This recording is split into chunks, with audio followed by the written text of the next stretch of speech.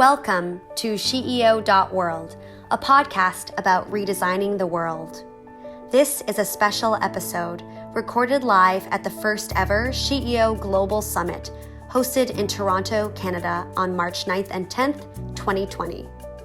The SheEO Global Summit was a two-day conference that gathered hundreds of people in support of the theme, Reorganize.world.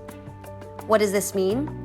Collectively, we have everything we need to make positive change. We took action together at Global Summit and continued working on the world's to-do list in a variety of sessions. Over the two-day conference, guests participated in keynote presentations, wisdom sessions, and get-to-action workshops, all centered around what we can do to reorganize our resources, systems, and structures to create a better world, with SheEO Ventures and Activators leading the way. This session is called Honoring the Torchbearers and Pathfinders, Intergenerational Activation, and features a diverse panel of powerful voices. Recorded live on the Wisdom Room stage, this panel discussion was moderated by Dr. Golnaz Golnaraghi, founder of Divity Group Inc. and Accelerate Her Future. Golnaz's passion lies in helping to advance representation and leadership of self-identified women of color at all levels in organizations. Our panelists are a special duo, a mother and daughter, both SheEO Activators. Teara Fraser is the CEO of Iskwew Air. Becoming a pilot truly gave this Métis woman wings. Teara is the first Indigenous woman to launch an airline in Canada. Kiana Alexander is the COO of the Raven Institute. Kiana is a proud Métis Iskwew, storyteller, creative thinker, scholar, and researcher. In 2019, Kiana was named one of the Women's Executive Network's top 100 most powerful women in Canada in the Future Leaders category, and in the Future of Goods list of 21 young impact leaders. The inspiration behind this session comes from a thought Dr. Golnaraghi shared. Many women before us have done the hard work to give us a better world. Whether they knew it or not, their courage touched the lives of future generations, women they never met, women they loved. We stand on their shoulders. SheEO Activators and Ventures travel on the same paths, doing the hard work to build a better world for future generations, our daughters, nieces, granddaughters, and women we haven't met. In this panel, we will bring together generations of SheEO activators, entrepreneurs, and leaders to share their stories and journeys while honoring the torchbearers and pathfinders in their lives and communities. Enjoy this dynamic conversation and wisdom session, Honoring the Torchbearers and Pathfinders, Intergenerational Activation.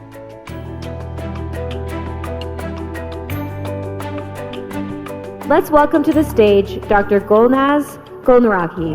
Good afternoon. How is everyone doing? We've had quite a full day of sessions. Thank you for joining us this afternoon. So my name is Golnaz Golnaraghi. I'm founder of Accelerate Her Future. Thank you. And it is just a delight to be here today with this session. This is a wisdom session titled Honoring the Pathfinders and Torchbearers. And this session was really inspired by a few people, including my mom, which I'll share a little bit about in a second, and a very powerful mother-daughter who will join me on stage momentarily that I had the honor of meeting about 4 years ago at one of the activator sessions in Vancouver. And so how many activators do we have in the room, just by show of hand? Amazing. And I wanted to share a little bit about my own journey. I activated 5 years ago after hearing Vicky talk at a conference in San Francisco. And what really inspired me 5 years ago was, we've heard her say, she did a lot of imagine the future, and I bought in right away. because of my own experiences, but also seeing my mom navigate the ecosystem, and a system that really wasn't working for all of us as women. And so it wasn't even a question that I would navigate, and I wanted to be part of the transformation. But what I've observed year over year as I've engaged with this community is how much my own reasons for activating and being a part of this has really transformed. And so thinking about how the role we all play as activators here, not to win, but to transform, is connected to our past, is connected to our present, and this community that we're in relationship with. And also in the last session that, for those of you that might have been in this room, it's really about the state of things that we leave for generations to come. And so that's sort of, I feel like we're kind of picking up on the last session if you were in this room, and we're going to explore the intergenerational piece around why we're here today. Does that sound good? All right. So before we get started, I'd like to introduce you to our panel members. So we have with us, and I'll introduce them and they'll join in a second. So we have Teara Fraser, who is the CEO of Iskwew Air. Have any of you heard about Iskwew Air? Amazing. So becoming a pilot gave this Métis woman wings, literally.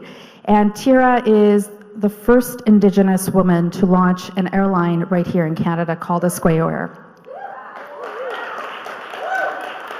We also have her daughter. It's a delight to introduce Kiana Alexander, who's the Chief Operating Officer of the Raven Institute, based in Vancouver.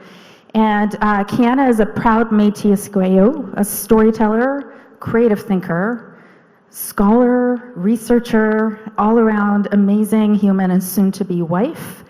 And in 2019, Kiana was named WXN's top 100 most powerful women in the Future Leaders category, which is so appropriate for this session as well. And also, my eyes can't see, the Future of Good's list of top leaders of impact. So if we could give them a warm round of applause and welcome them.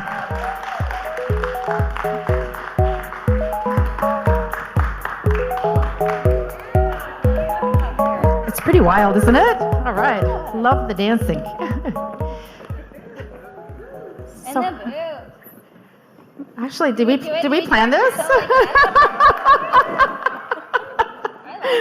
I love it too. Golnaz is like, no, put them down. No. I can leave them up. So how are you? Thank you for being on this panel. Thank you. Before we dive into their story, I want to share a photo of my mom. She was one of the inspirations behind this panel as we sort of talked, and I heard their story as I sort of navigated why am I a part of this community. A little bit about our relationship before we delve into this beautiful relationship is we immigrated here back in the early 1980s. It wasn't by choice. We had to. We're originally from Iran. And after the revolution, or sort of around that when we came here, later on I learned from my mom that she thought that we would move back in 6 months. 40 years later, we're still here. And we literally left with suitcases and some money. And after a while, when that ran out and the prospects of moving back wasn't an option, this woman that you see on the screen, and I will not cry, found sort of her self-empowerment through entrepreneurship. And her purpose in life was to support her kids so we could get through high school in order for us to have opportunities kind of past that. That was her sole mission. No high school diploma, very little English, no knowledge of business really within a Canadian context, yet connecting to her community and her customers as they started to kind of show up. And quite frankly, her kids, like we were there to help her as she needed to. I helped build her marketing campaigns when it needed to. It was a team effort. And so she's given me a lot, right? I'm here because of her. And for me, that intergenerational piece and why I engage with SheEO has a lot to do with the woman that you see on the screen. Yeah, Yeah, and so let's focus now on these two beautiful women. And so I met Teara and Kiana 4 years ago in Vancouver when we hosted an activator event. And I remember when I met both of you, it was first, I think, at a Deloitte session and then an event that we hosted. I couldn't stop hugging you, number one. Like, I don't know what it was. Like, I just couldn't stop hugging her. She just has this incredible energy that you just want to hold on to. And as I sort of observed their journey over the last 4 years, which we'll hear about, it's really quite inspiring from that intergenerational piece. And very recently, they were the first mother-daughter to be recognized on the WXN Most Powerful Women's list. So if we could give them a round of applause, that's quite something. I'm just curious, what was that experience like? Well, at first I thought, like, it's just the first time in the same year, right? And they're like, no, ever. I was like, oh, well, that's pretty cool. Yeah. Very articulate answer. I think as with many things, Teara and I do mostly everything together. And I think it was amazing, and it was a super powerful moment. And it also can be challenging. And a lot of things that we talk about with our dynamic,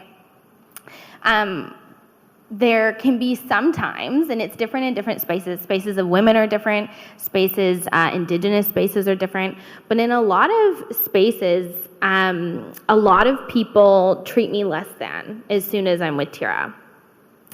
So it's not intentionally. It's out of this like, oh, not that I won the award, but oh, what's it like working with your mom? Oh, what's it like? Not about me, not about, and it's not. And so with this award, I think it was really beautiful to be honored for our unique things that we bring, and to also, own that space and celebrate one another and the inextricable roles that we've played in supporting each other in all the things that we do. I would not be proud of who I am in the way that I am. I would not be, taking the path to really explore who I am and the legacy that I want to have in impacting the lives of young people across the country without her. And I mean, she probably wouldn't do a lot of cool things without me either, so. It's actually a really nice transition to my next set of questions. Certainly, like in speaking with you and doing a lot of reading about your stories and whatnot, I find that your stories are so interconnected, yet so independent at the same time. Learning more and more about you, you're both convention breakers and talk about trailblazers in your own right with the many firsts that you've been able to kind of put out there. And I'm curious, maybe seeing the world through each other's eyes, and maybe starting with Kiana first, what have you learned sort of observing Teara's journey as a mother, as a leader, as an entrepreneur? She's not afraid. She's not afraid. And she often tells the story of, do you want to tell it? Go. I think you tell it. And then What story are we telling? I'll correct you, probably. She will. She keeps me on the... She tells the story of when she came home from Africa and decided to become a pilot. Oh, yeah, I can tell that. And how old was I? 9. 9. So at 9 years old, and I remember it so clearly, I was so full of judgment as a kid. I was like, you make crazy decisions. I was so self-assured at 9 years old. And so I said, and you can see it in almost every interview Teara's had, that I said at 9 years old, like that, do you really think it's practical to be a parent and a pilot?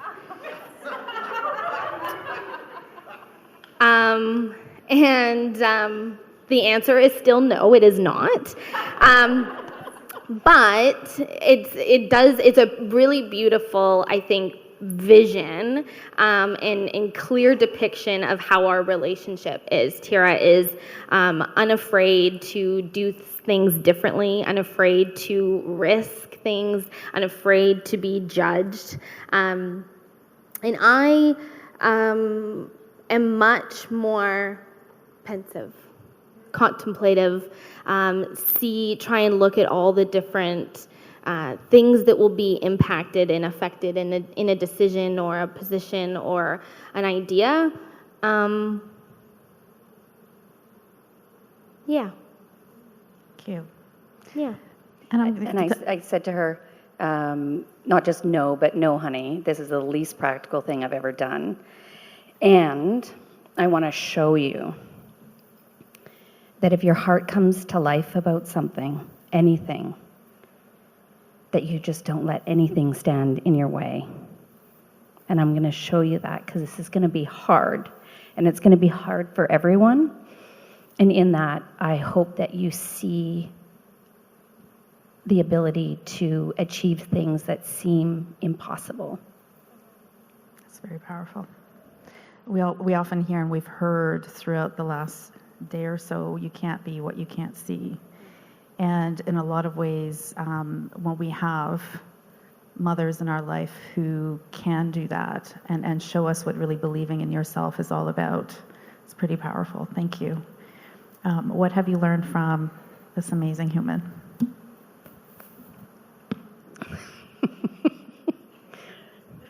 Yeah. Like all the time. So, and I will add on the earlier piece, we have different last names. And so we actually had the privilege of trying things, because I would notice, right, that we have different names, everybody you'd introduce, everything's great, everybody's just seen for their own humanness, people are curious. And in certain spaces, in dominant thinking spaces, as soon as one would learn she was my daughter, like you could literally watch them pick her up and put her in a box beneath. And like if that isn't an indication of our messed up thinking. And so we have different last names, so people didn't know we were mother and daughter, and that didn't happen. And I think it's such a beautiful place that we're in to now, share an award together, share a stage together, be really proud and excited. But we have to honor our young people. In no time, in no space are they less than. They are the wisdom keepers. They're the knowledge holders. They are not this idea of leaders of tomorrow. They are leading today. Kiana is leading all the time.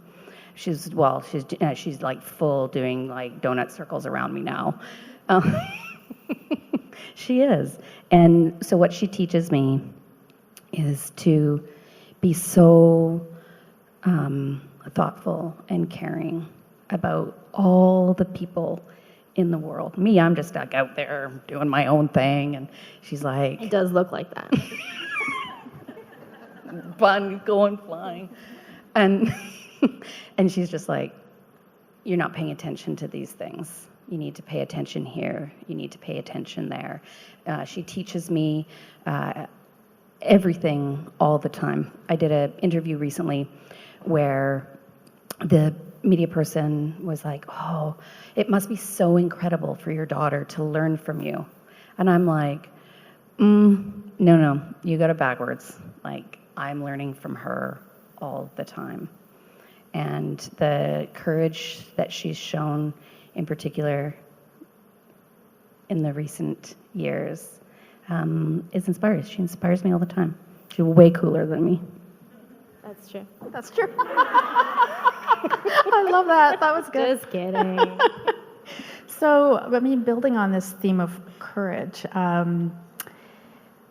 as you've observed Teara sort of navigate her path as an entrepreneur and human, and likely the challenges that she may have encountered, not only as a woman, but based on all the overlapping aspects of who we are, What have you learned by watching her navigate, and also likely playing a role, as part of family in that? So any learnings that you can share?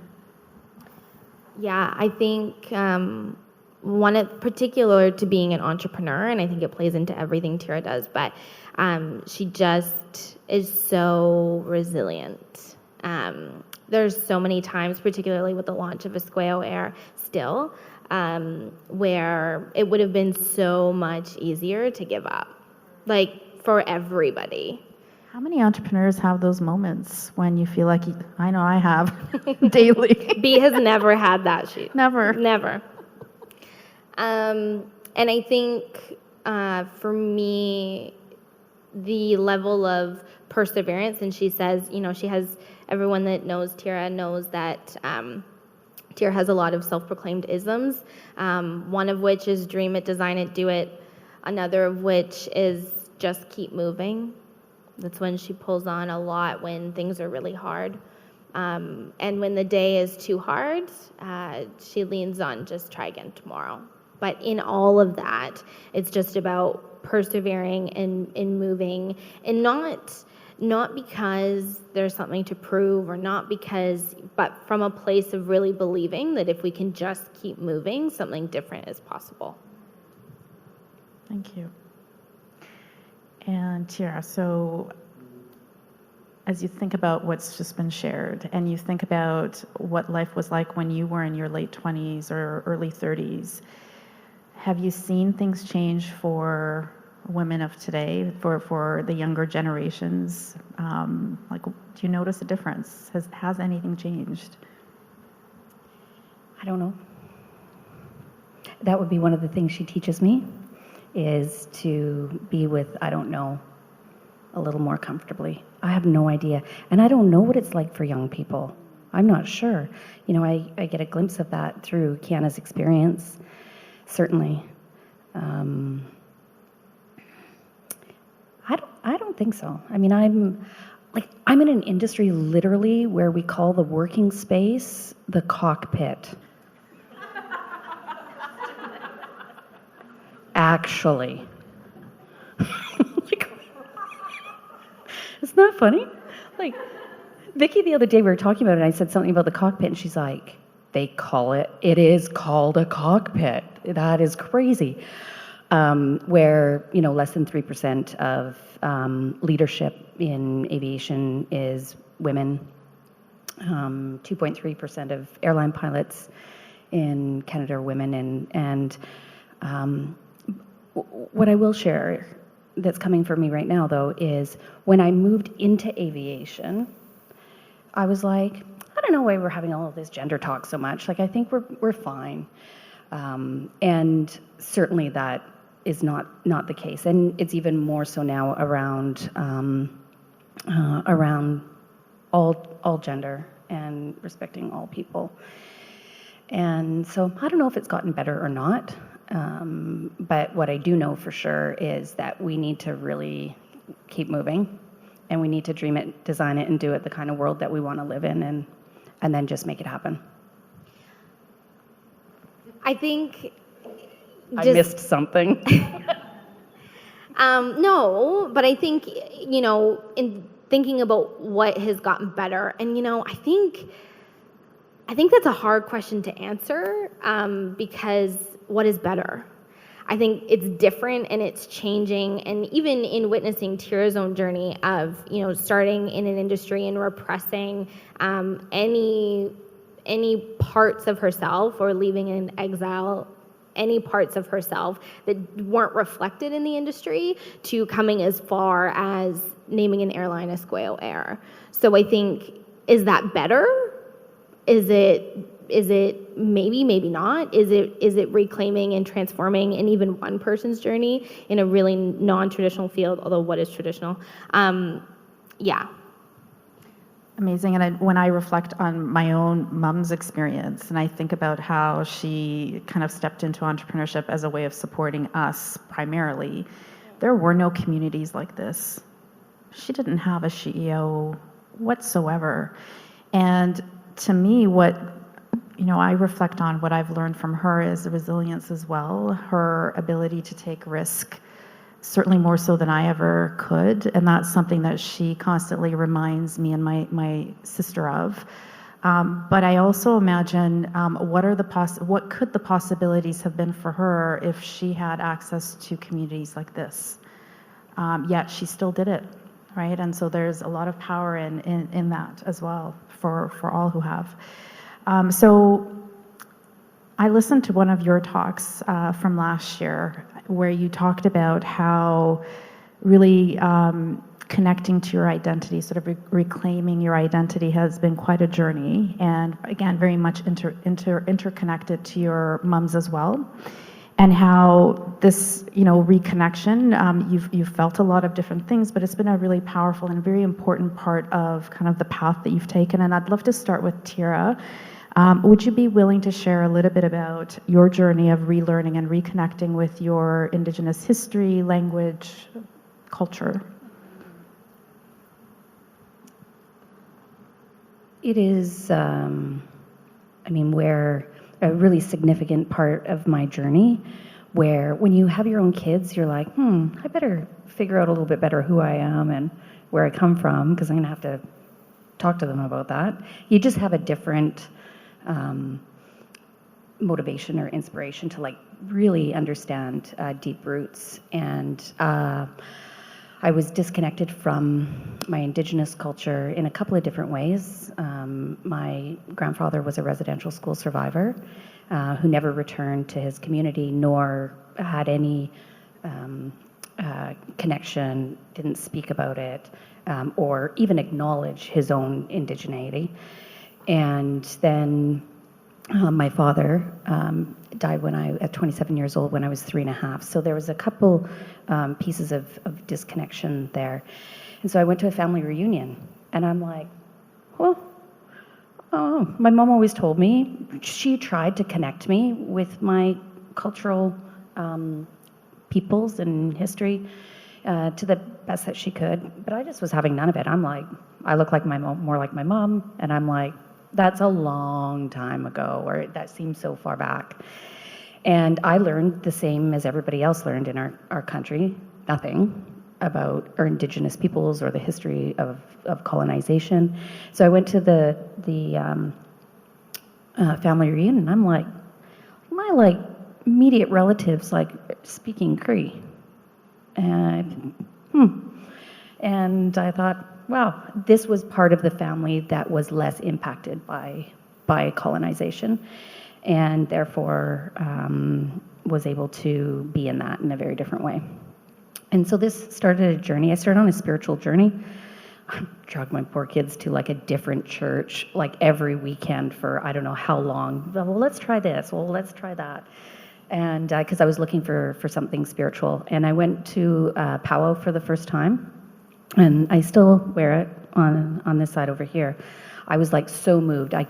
If I close my eyes, I can see sitting on the grass, and I can smell the salmon being prepared in a traditional way, and I can hear the drums, and I can feel my heart beating in a way it had never beat before.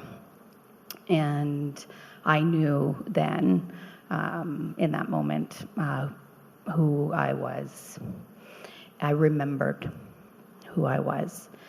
And I went to, they had the artisan stand, right? Shopping, amazing. But as I was sitting there, I was really moved.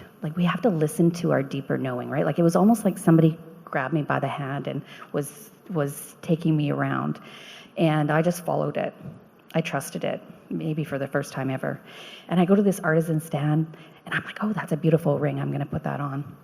And then I asked him, I said, okay, how much is that? He said $65. I gave him the $65. And then I said, what does it mean?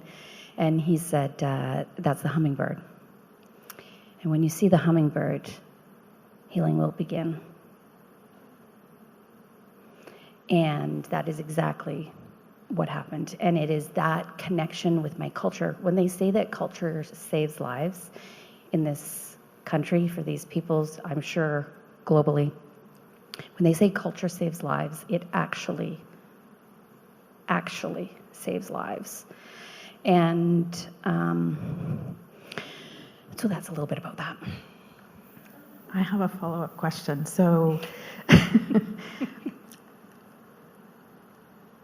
you also talk a fair amount about warriorship. And so how is that reconnection to culture connected for you for reclaiming the warrior, and what you talked around leading bravehearted? So I'm still learning that. I'm on a learning path. That's what I'm exploring in my PhD work, is how are Indigenous change makers remembering, reclaiming, practicing, and integrating warriorship, and not the dominant colonial idea of warriorship. I define warriorship as standing fiercely with deep love for what matters. And I can only imagine what is possible in our world when all of us are standing fiercely with deep love for the things that matter. Thank you. And over to Kiana, can you also share how you've reconnected as part of this journey back to your own roots and culture?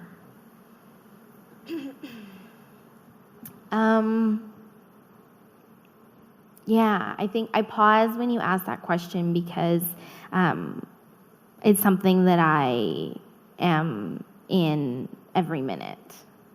It's not a journey that started at one time and has ended. I think in every interaction with people and every in the interactions and relationship that I have with myself, I think I'm constantly co-creating what that journey is for me. What I know for sure is that being able to speak proudly of who you are, being able to be in relationship with yourself even, where you do not need to put any part of who you are in exile, when you do not need to leave a story or a history or an experience of you or where you come from or who you come from outside of yourself, outside of a room. I think that place of groundedness and connection allows us to thrive. What I also think is that we live in a time and we live in a place where Indigenous youth are the youngest, fastest growing demographic across this country who have been robbed of the ability to be grounded in that. And that we all have a strong responsibility to restore that. And that requires us all to understand our own relationship and our own role in that. I've been really challenged recently with the idea, and I know people say it out of love and good intent of young people are the leaders tomorrow and they're going to get us out of this mess. And young leaders are absolutely the leaders of tomorrow and today, and we all have a role in supporting them to be able to do that. When I think about supporting young people in loving and being who they are, whatever that looks like, we each have a role. Can you tell us, I know you're in the midst of your master's thesis right now, and she's doing research speaking with youth across the country. And so can you tell us a little bit about what that what are they saying? Like, what is the research that you're doing telling us about the voices of youth, and in particular Indigenous youth? Yeah, so there's research that I'm involved in that's across the country, and then that my little research, my own little research, is just in the city of Vancouver with young people exploring this concept. And one of the biggest things that comes up in all of that is that the root of belonging is connection. And the root of us being able to be connected, land has an inextricable role in that, in nurturing and understanding our connection to self, because belonging exists within us, around us, and between us. But we can't have it if we can't have all three. So I think it's a process of exploring and understanding that land is an inextricable role in how we move forward. So I'm going to kind of break convention, and we have another segment, but I feel like we can stop here for any comments or questions. And what I will add is, as I have to call it out, as a settler, right, as an immigrant who had no choice but to come here, and very grateful to be able to come here, who was also disconnected from land very much, right? I find it quite powerful in that, absolutely, I agree that we all have a role to play. Maybe us today, we're not responsible for the brutalities of the past, yet we all play a role in decolonizing, whatever that means, and we'll try to define that. But when I also look at my own immigrant experience, I really, really connected to a lot of what you shared in one of your talks around having one foot in one land or culture, one in the other, and not really knowing where I belong. And also, actually, Bee's comment from a session earlier, saying that a lot of this work often starts with doing a lot of deep inner work, which goes back to what you both describe in terms of reconnecting to the past and really, the healing that we need to do. And so it's also gives me so much hope, because the conversations that we have today didn't exist a few years ago. Like we're actually putting things out very, very openly and having these important discussions, which is a great place to be. And so as we kind of finish off and maybe explore what we can all do, what role we can all play for creating spaces where there is unbound belonging, I'm just curious, are there any comments or questions from the audience before we transition into that? Any questions for our panel, or what unbound belonging means to all of us as we kind of navigate community together?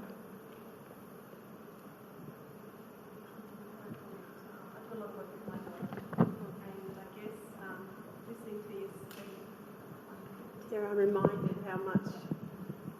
I do a lot of work with my daughter. She has her own business, and I guess listening to you speak, Teara, I'm reminded that I need to. She doesn't speak herself up enough, and maybe that's because she's under Mum's shadow, and I don't want her to be under that. And so I don't know if I've subconsciously put her there or others have, but she's no longer going to be there after today. We often talk about it like we're good. It's sometimes it's projected. Yeah, things that are projected. Like we're awesome. Yeah, like I'm great. There is no shadow, No. But it is a real, and it has taken me, by no part of Teara, and part of the biggest challenge is that it's not about this relationship. It's about the treatment and the change of treatment and then it has impacts, because it can't not, right? And I think it has taken a lot for me to really own, and Teara does it all the time in every space of challenging the narrative that we are absolutely equals and that we are constantly reciprocally learning from one another. And it has taken me a lot of work to be like, I am just as worthy of every conversation or every that she has had, and that we bring different things and we're not the same. There's a lot of things that are the same, but we also have a beautiful amount of unique differences. And I'll speak to that now. I don't know if it's somewhere else, but it doesn't matter. It's like, because we are a lot alike, and we used to joke about her being a mini-me, but again, that's diminishing, right? So, and what we're learning to do is to really actually amplify our differences. And celebrate them. And celebrate them, absolutely. And so I think of it like, even if you want to, close your eyes and think about our tree relatives, and think about how they're all interconnected under the earth, and they're similar in so many ways, and they're the same, and they're one. And then they're also standing beautifully as individual trees, unique and beautifully different. And that's how I think about Kiana. We're both completely connected in such unimaginably powerful ways. And we're unique and we're different.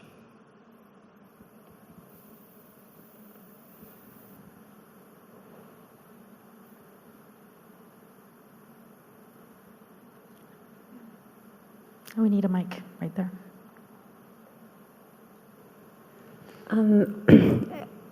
I would love you to speak about freedom, and like when you feel freedom in your hearts and souls to be deeply yourselves and that sense of belonging, and what is the ingredient of freedom? How does that play into some of the work that you do with people, but also with yourselves? There's just an important word that you brought up, Kiana, in some of our conversations, and it's so powerful and surprising the way you think about it. Thank you. One of the most, and Nicole, I just want to point out Nicole, because Nicole's also been an inextricable part of all my work on belonging, and so she's just as beautiful amount of wisdom as a part of everything that I'm about to say. In exploring the concept of belonging with young people, we did it through different mediums. We did art-based methods, we did body mapping, we did storytelling, and one of the most beautifully surprising parts of it was the exploration of freedom, in how so deeply interconnected relationship to self, relationship to others, and just as importantly, relationship to land is to freedom and to belonging. And when we look in a global context, so many of us have been stripped of connection to land. And so we've been stripped of freedom. And freedom comes in so many different ways and so many different relationships to land. But part of that experience is also for me, and I had a really profound experience of learning this kind of experientially as I was writing my research, was that reclamation of all being so deeply worthy of connection to land, and that land doesn't ask us to be different. Land doesn't ask us to leave pieces of ourselves outside or fit into a box or be smaller or be bigger or be. Land just lets us be. And that is so free. And when we're stripped of that, or when we don't know how to do it, or we feel like we've lost the ability to do it, or that somehow we're doing it wrong, we're constraining and confining our ability to be connected to ourselves, to each other, and to the land. And there's a reason why we feel that way. And I think we're collectively in a process, and young people are collectively leading that process of reclaiming it. So I'm going to actually open this up to the entire room. And the question that comes forward for me is, each of us individually and collectively, based on what we've heard, what role can we each play, not only in building that community for ourselves, for each other as a community, but also for generations to come? And it's open to the panel and the room.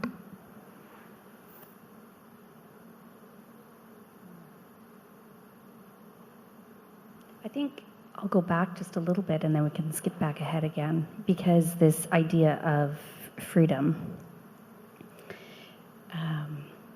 I literally have the word liberty tattooed on my foot because it's so important to all of us, just to be liberated. And that's what we're asking to be as women here, as Indigenous peoples, as everyone, is we want to be connected and we want to be free.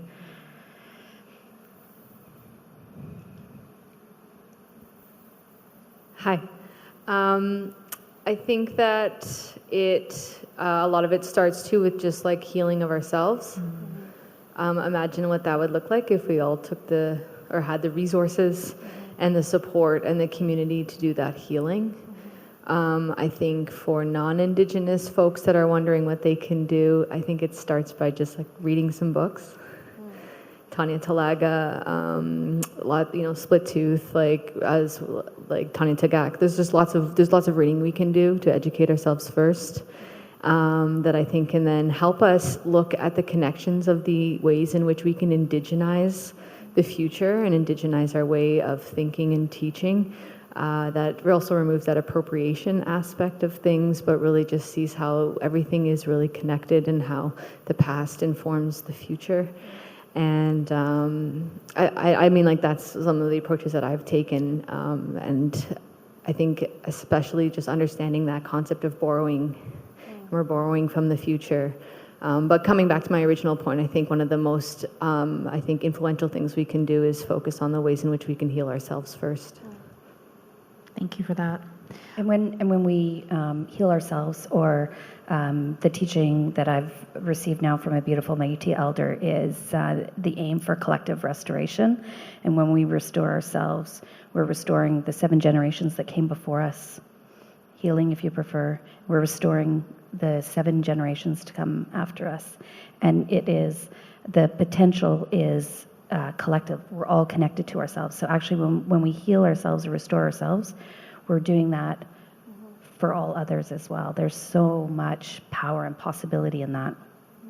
Thank you. On that note, I'd like to thank, one more question. Do we have time? One more question. One quick one. Yeah. Okay. Great.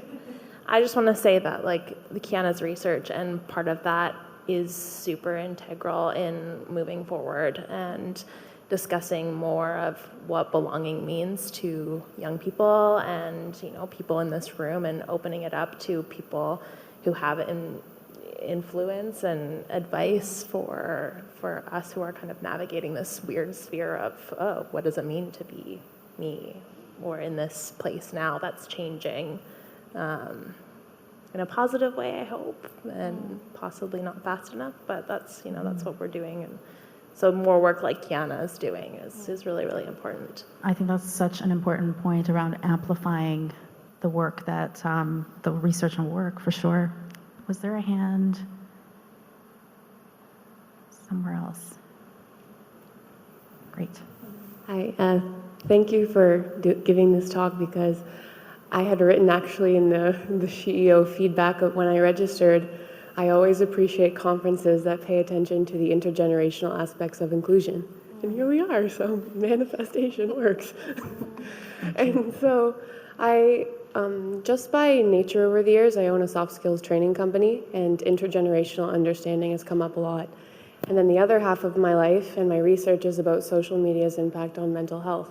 And I work with a lot of youth right now.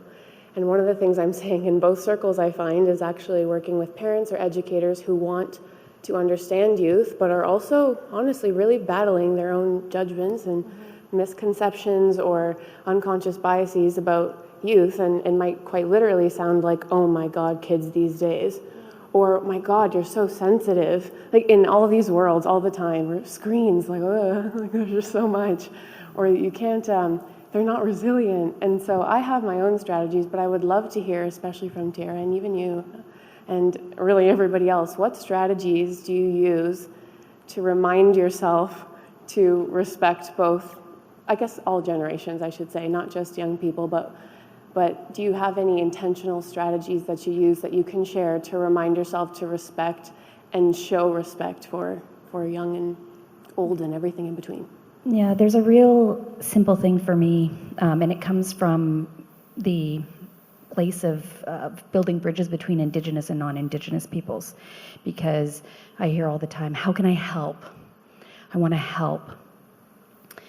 And as soon as I started telling people, the very first and simplest thing you can do is shift from helping to honoring. So whether it's young people, all of us, like if we just shift to honoring each and every one of us, and honoring that the gifts are certainly, different generations have different gifts, and let's honor them all. I think for me, one of the things that I come back to, and I really reflect on how we how we shifted is a lot of the teachings that I've been given and a lot of the stories that I've been told were like as adults or as elders in previous ways of being in relations, sole responsibility was to witness the gifts of young people and support the cultivation and nurturing of those gifts because it impacts everybody. And when we're able to, and I think that's part so much of, putting one another and pieces of one another in exile is actually saying that your gift is wrong or it's not right or being sensitive is wrong or being on a screen is wrong. It's allowing interconnection to a whole different reality and way of being. And that if we were able to really nurture and honor the gifts and understanding that it's interconnected to each and every one of us. We're not separate from young people or separate from elders, but we do have different roles. And that the real role of young people is not supposed to be, nor should it be, the role of adults or the role of elders. That we all have rightful and respectful roles, and they don't need to be the same. I don't want them to be the same. No one. We're all doing great. Everyone is doing great. Don't jam me in your box. I won't jam you in mine. I don't even have a box. I will add, as an educator, one of the things that I've done differently is to meet with an Indigenous expert in sort of pedagogy, and I've built Indigenous values through their guidance into my courses, very strength-based. It's changed my practice, quite frankly. And going back to an earlier panel, I hear within an academic environment from those that teach around, it's rampant, the views around younger generations or whatnot. It's really nuts. It's nuts. And so I call people in to have those conversations. And for me, I will work with millennials, Gen Z, youth any day. Okay, I promised you I'd have your back if we got tight on time, and we're done. Thank you. We are done. So this has been a wisdom conversation. We have to go to the other room fairly quickly from what I'm told. So if you do want to connect with our panelists, we can take it to the other room. We'll all stay behind. Thank you. Thank you. This has been a special episode of SheEO.World, a podcast about redesigning the world, a SheEO Global Summit edition.